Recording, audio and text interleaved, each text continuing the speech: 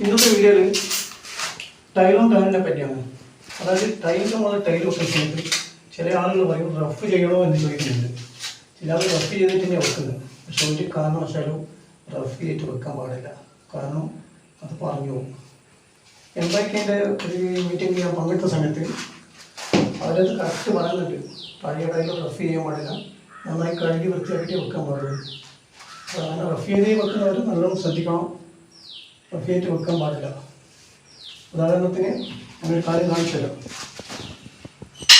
ഈ ടൈല് ഞാൻ ഒട്ടിച്ച ടൈല് ഇത് മോഡലിന് വേണ്ടിയിട്ട് ഒട്ടിച്ച ഇത് റഫ് ചെയ്യാൻ ഒട്ടിച്ച ടൈലാണ്.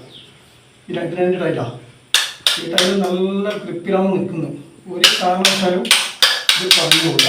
അതുകൊണ്ട് പ്ലെയിനായിട്ട് ഇങ്ങനെ നല്ല പ്ലെയിനായിട്ട് കഴുകി വൃത്തിയാക്കി അതിൻ്റെ മുകളിൽ ഒട്ടിക്കാൻ പാടില്ല. ആരെങ്കിലും റഫ് ചെയ്ത് ഒട്ടിക്കുന്നത് അത് ശ്രദ്ധിക്കുക. ചില ആളിപ്പോൾ റഫ് ചെയ്ത് ഒട്ടിക്കുന്നുണ്ട്. അപ്പോൾ ഇത് വളരെ ശ്രദ്ധിക്കേണ്ട കാര്യം. പിന്നെ നമ്മൾ ഉപയോഗിക്കുന്ന ഗമ്മ് AGL-ൻ്റെ ഗമ്മാണ് ഉപയോഗിക്കുന്നത്. മോശമല്ല, നല്ല ഗമ്മാണ്.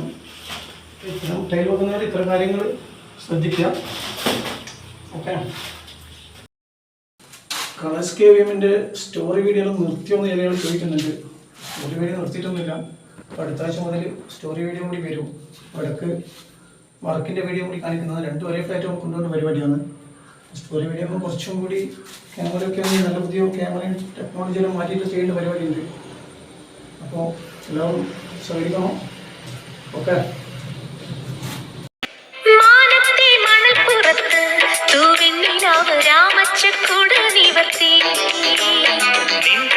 കൊളുത്തി വയ്ക്കാൻ വെൺതാരകം വെള്ളൊട്ടിൻ വിളക്കൊരുക്കി